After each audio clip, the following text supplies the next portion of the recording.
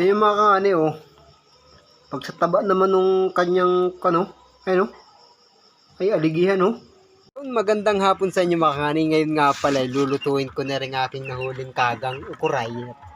Atong tawagin. Hindi ayos na rin. Aking gagataan baga. Napakasarap naman din mga kaani pag naluto na. Mga kaani ay atin lang bubuhusan baga ng tubig na mainit ito para mamatay. Yan ito mga kaani no. Talampagan man din oh. Patayan oh. Yung mga kaani atin lang babrasin. Para mawala bagay mga putik-putik niyang gano. Oh. Pag nalaon na malinis yan. Rin naman din mga kalit, nalinis na oh. Ayan na. O di ba? Sige, napakaganda man din pag nalilinis na. Nalaki mo mga sipit oh, nalaki oh. Mga kalit, laki ng sipit oh, ala. Ay. Napakasarap naman din mga kalit. Mamaya pag naluto na.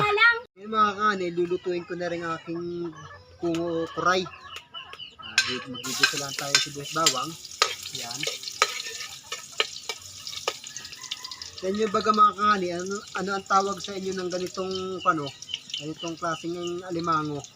Dito kayo sa amin, kagang, ukuray ang tawag, ukungo ang tawagin. Sa inyong mga lugar mga kani, anong tawag ito sa inyo? Dahil ito na may ating nalinis na, may ating na ilalagay dito. Na! Lalagay na yung gata. Naging red.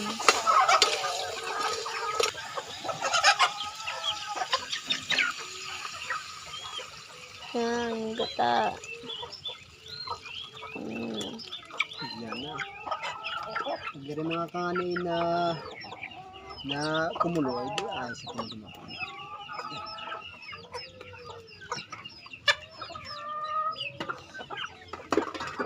No, sarap. Naging kulay red na guys.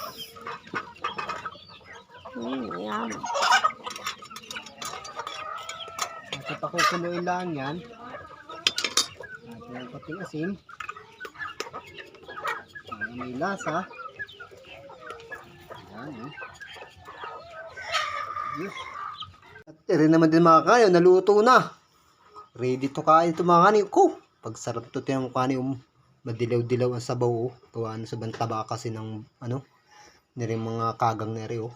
Ang sarap na din mga kangani oh. Yung kain tayo mga kangani oh. Ang ulam ay kungo oh, yan oh. Yan, tapos mga kuyumit oh. Sarap to. Ito yung mga kangani oh. Pag sa taba naman nung kanyang ayun oh. Ay aligihan oh. Oh. Sa taba. Masarap ito mga kangani oh. Ay oh, tiyo naman oh. Oh. Madilaw oh. Masarap. Ayun. Suwit man din makakanin pagkagarni oh. Sarap. Mataba. Ito mga aligi oh.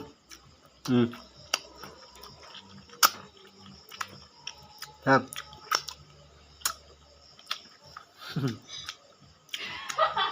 Mataba mga kangani oh.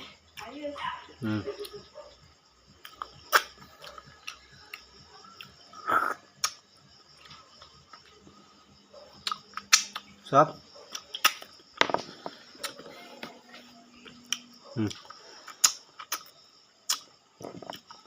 Kaya mas makakanin yung taba.